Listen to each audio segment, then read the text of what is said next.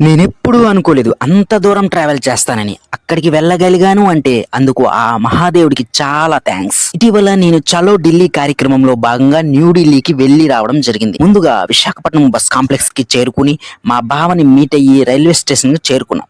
మేము చేరుకున్నప్పటికే అక్కడికి చాలా మంది వచ్చి వెయిటింగ్ చేస్తున్నారు. ట్రైన్ ఈవినింగ్ 5:30కి స్టార్ట్ అయింది.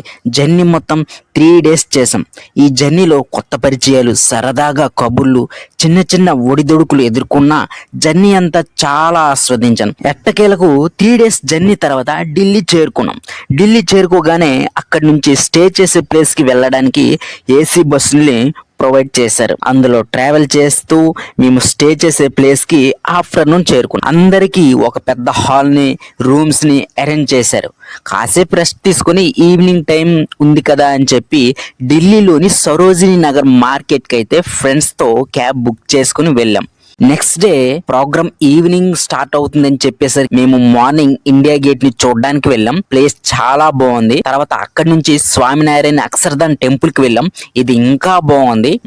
టైం 2 అయిపోయింది. మళ్ళీ స్టే చేసే ప్లేస్ కి వచ్చి ఆఫ్టర్నూన్ లంచ్ చేసి మీటింగ్ ప్లేస్ కి మళ్ళీ ఏసీ బస్సులో తీసుకువెళ్లారు. రెడ్ ఫోర్ట్ కి దగ్గరలో దిగి రెడ్ ఫోర్ట్ వరకు రోడ్ లో ర్యాలీ చేసాం. తర్వాత మీటింగ్ ప్లేస్ కి చేరుకుని ఈవినింగ్ 6:30 వరకు ఉన్నాం. మీటింగ్ కి చాలా మంది గిరిజన ప్రముఖులు, వివిధ రాష్ట్రాల నుంచి గిరిజన ప్రజలు సుమారుగా దగ్గర 2 లక్షల వరకు హాజరయ్యారు. తర్వాత అక్కడి నుంచి ఏసీ బస్సులో ట్రావెల్ చేసి రైల్వే స్టేషన్ కి చేరుకున్నాం. ఇక అక్కడి నుంచి మళ్ళీ 3 days ట్రావెల్ చేసి వైజాగ్ చేరుకున్నాం. అక్కడి నుంచి ఇంటికి చేరుకున్నాం. 1 కాదు 2 కాదు, ఈ జర్నీలో చాలా అనుభూతులు, అనుభవాలను మర్చిపోలేను.